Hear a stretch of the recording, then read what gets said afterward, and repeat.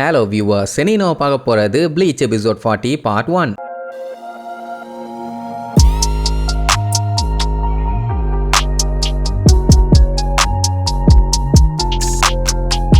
Open பண்ணா போன பாட்டுல ஜரக்கியும் இச்சுகோவும் அவங்களோட ஃபுல் பவரை யூஸ் பண்ணி மாத்தி வெட்டிட்டானுங்க. அதுல நம்ம பயலுக்கு சரியான வெட்டு. அவ்வளவுதான், பேன்னு விழுந்து கிடப்பான். ரத்தம்லாம் பீச்சுக்கிட்டு அடிக்கும். கடைசியா நம்மளால விழும்போது எல்லாரும் நீ மன்னிச்சிருங்க அம்மால, எதுக்காக அப்படி சொன்னா லூசு பைய அப்படிங்கும் போது ஜரக்கியோட ஸ்வாடு ரெண்டா உடஞ்சு விழும். நீ தான் ஜெயிச்சிட்டியடா முட்டா பயலன்னு சொல்லிட்டு ஜரக்கி பொத்துன்னு விழுவான். அப்ப அந்த டைம் அந்த குட்டி பொண்ணு யாச்சிருவாங்க வந்து நம்ம இச்சுகோ கிட்ட ரொம்ப நன்றி, உன் கூட சண்டை போட்டதை கென்னி ரொம்பவே என்ஜாய் பண்ணா அப்படி இப்படின்னு ரொம்ப சந்தோஷமா பேசுவா. ஏன்னா அவன் இந்த அளவுக்கு சந்தோஷமா இருந்து ரொம்ப நாள் ஆகுதாமா. சரி, எப்படியும் இவனை போட்டு தள்ளிடுவான்னு பார்த்தா அதெல்லாம் எதுவும் பண்ணாம கென்பச்சியை தூக்கிக்கிட்டு தயவு செஞ்சு செத்துறாத, டைம் இருந்தா மறுபடியும் வேணா கென்பச்சி கூட வந்து சண்டை போட்டு விளையாடு, அது அவனுக்கு ரொம்பவும் பிடிக்கும்னு சொல்லிட்டு அங்க இருந்து கிளம்பிடுவா. இங்க நம்ம பையன் அப்படியே பேன்னு கிடப்பான், இன்னும் உயிர் போகல. அதே நேரம் இங்க காஞ்சு யமடா இவங்க ரெண்டு பேரும் ஓரளவுக்கு ரூக்கியாவோட பில்டிங்க்கு பக்கத்துல வந்துட்டாங்க. இவ்வளவு நேரமா நடந்துகிட்டு இருந்த சண்டையோட சவுண்டு இப்ப ஸ்டாப் ஆயிருச்சு. அப்படின்னா இச்சுகோ ஜெயிச்சிட்டானா அவனுக்கு எந்த பிரச்சனையும் ஆயிருக்காது இல்ல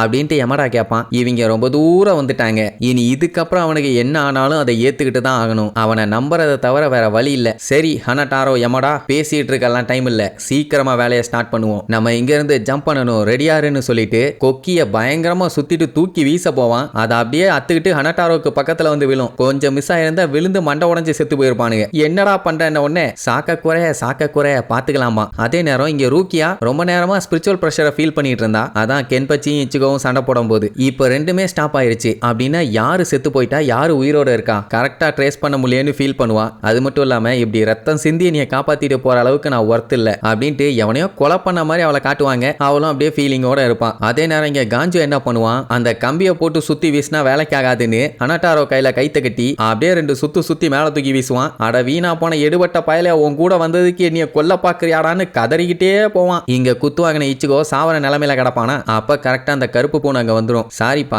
நான் லேட் பண்ணிட்டேன், நல்லா அடி வாங்கி இருக்க போலயே, ஜரக்கியை எதிர்த்து சண்டை போட்டா இதெல்லாம் நடக்கிறதான். ஆனா அவனையே நீ தோக்கடிச்சிருக்க, இது ஒண்ணு சாதாரண விஷயம் இல்ல, சொல்ல போனா சூப்பராவே சண்டை போட்டிருக்க, நானே இம்ப்ரெஸ் ஆயிட்டேன். சரி ஒன்னும் கவலைப்படாத, நான் உன்னைய சாக விட மாட்டேன்னு சொல்லிட்டு அந்த பூனை அதோட பவரை யூஸ் பண்ணி நம்ம இச்சுகோவை சரி பண்ணிட்டு இருக்கும். அப்படியே கட் பண்ணி ஒரு சின்ன பிளாஷ்பேக். அந்த கென்பச்சி இருக்கான்ல, அவன் ஒரு எங்கான ஆளா இருக்கும் போது ஏகப்பட்ட பேரை போட்டு தள்ளிட்டு அப்படியே காட்டுக்குள்ள ஒரு ஓரமா உட்காந்துட்டு இருப்பான். அப்ப அந்த யாச்சிருங்கிற குட்டி பொண்ணு குழந்தை, அவ அவனோட ஸ்வாட சிரிச்சுக்கிட்டே தொட்டு பாப்பாளா. கை பூரா ரத்தமாயிரும், ஆனாலும் சிரிச்சுக்கிட்டு இருப்பான். அவன் நீ யாரு எங்க இருந்து வந்தேன்னு அவளை கொஸ்டின் பண்ணிட்டு இருப்பான். அவளே கை குழந்தை, அவட்ட போய் கொஸ்டின் கேட்டா எப்படி பதில் சொல்லுவா. சரி அப்படியே கட் பண்ணி இப்ப காட்டுறாங்க. கென்பச்சிய தனியா தூக்கிட்டு வந்துட்டான்ல, அவன் கண்ணை திறந்த உடனே அவனை பார்த்துட்டு சந்தோஷத்துல கூச்சிட்டு இருப்பான். ஐ நல்லவேளை அவன் உயிரோட இருக்கான்னு. அவன் என்னடான்னா இச்சுகோக்கு என்னாச்சுன்னு தான் விசாரிப்பான். அவன் உனஹனா கிட்ட சொல்லிட்டேன், சீக்கிரமா வந்துருவாங்க, ஒன்னும் கவலைப்படாதம்பா, நான் அவனுக்கு என்ன ஆச்சுன்னு கேட்டேன்னு அவன் திருப்பி அதே தான் கேட்பான். அவ எனக்கு தெரியல, கண்டிப்பா செத்துருக்க மாட்டான் அப்படித்தான் நம்புறேன்பா, அவனுக்கு அப்பந்தான் கொஞ்சம் நிம்மதியா இருக்கும், ஏன்னா அவன் கொடுத்ததை நான் திருப்பி கொடுக்கணும் அப்படின்ட்டு மறுபடியும் அவன் கூட சண்டை போடணும்னு தான் யோசிச்சுட்டு இருப்பான். அவன் என்ன சொல்லுவா, நீ திருப்பி கொடுக்கறதுக்கெல்லாம் ஒன்னும் இல்ல, பேசாம இருந்த உடனே இல்ல நான் தோத்துட்டேன் அப்படின்ட்டு ரொம்பவும் கவலைப்படுவான். திருப்பி அதே சொல்லிட்டு இருப்பா. அவ பிடிச்சு திட்டுவா, நீ ஒன்னும் தோக்கல, இச்சுகோ சொன்னதை கேட்டியா, ஜங்கட்சுவும் அவனும் ஒன்னா சேர்ந்து சண்டை போட்டிருக்காங்க, நீ ஒத்தாலா நின்று சண்டை போட்டிருக்க, அப்படி இருக்கும்போது இது ஒரு அன்ஃபேரான ஃபைட்டு, அப்படி பார்த்தா நீ ஜெயிச்சிட்ட அப்படின்னு ஒன்னு ஒரு மாதிரி கிண்டலா சிரிச்சுக்கிட்டு இருப்பான். மூஞ்ச பிடிச்ச அமைக்கி பச்சையா திட்டிட்டு இருப்பான். அதுக்கப்புறம் தான் அவனுக்கே புரியுது ஸ்வாடு கூட சேர்ந்து அவன் சண்டை போட்டிருக்கானா அப்படின்னு. அதுக்கப்புறம் யாச்சிரோவை பார்த்துட்டு நான் உனக்கு பேர் வச்சது ஞாபகம் இருக்கான்னு கேட்பான். அவன் என்னடானா எனக்கு நல்லா ஞாபகம் இருக்குது, அந்த டைம் வானத்துல எத்தனை கிளவுட் இருந்துச்சுன்னு கூட எனக்கு தெரியும்பா. அப்புறம் கென்பச்சி அவன் உடஞ்ச கத்தி எடுத்து வச்சுக்கிட்டு பேர் இல்லாதது எவ்வளவு கொடுமை தெரியுமா, மத்தவங்க எல்லாத்துக்குமே பேருன்னு ஒண்ணு இருக்கும்போது எனக்கு அப்படி ஒரு ஆடம்பரம் இல்ல, அந்த ஃபீலிங் ரொம்ப கொடுமையா இருந்துச்சு அப்படிங்கிற மாதிரி சொல்லிட்டு அந்த குட்டி பொண்ணுக்கு இவன் தான் யாச்சிருங்கிற பேர் வச்சிருப்பான். ஆக்சுவலா அவள மாதிரி ஆகணும்னு தான் இவனுக்கு ஆசை, அந்த பேரையே இவளுக்கு கொடுத்துருப்பான்னு வைங்க. அதுக்கப்புறம் கென்பச்சிங்கிற பேரு வந்து ஒவ்வொரு ஜெனரேஷன்லயும் ஸ்ட்ராங்கஸ்ட் ஷினிகாமிக்கு தான் கொடுப்பாங்க, அந்த பேரு தான் இனிமேட்டு என்னோடது அப்படின்னு அவனுக்குமே அன்னைக்கு தான் அவன் பேர் வச்சிருப்பான் போல. அதுக்கப்புறம் அவனோட ஸ்வாட பார்த்து உன்னோட பேர் என்னன்னு கேட்பான். அது மட்டும் இல்லாம இவ்வளவு நாள் கழிச்சு ஏன் இப்படி கேட்கறேன்னு நினைக்கிறியா, நான் கேட்டாலும் நீ சொல்லுவியான்னு எனக்கு தெரியல,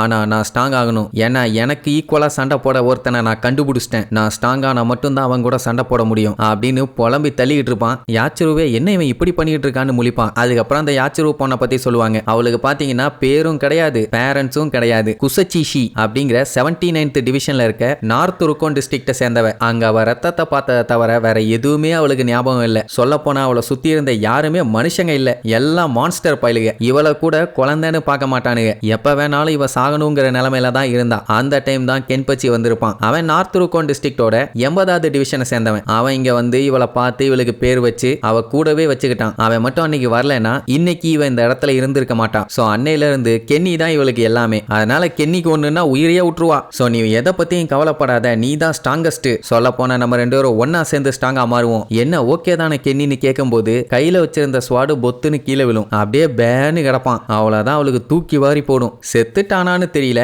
ஆனா கென்னின்னு காட்டு கத்திக்கிட்டு இருப்பான். சரி, இனி இதுக்கப்புறம் நம்ம பயிலுக ரூக்கியாவை காப்பாத்திட்டாங்களா, அப்படி காப்பாத்திட்டு இங்க இருந்து தப்பிச்சு போயிட்டாங்களான்னு அடுத்தடுத்த எபிசோட்ல பார்க்கலாம். டாடா.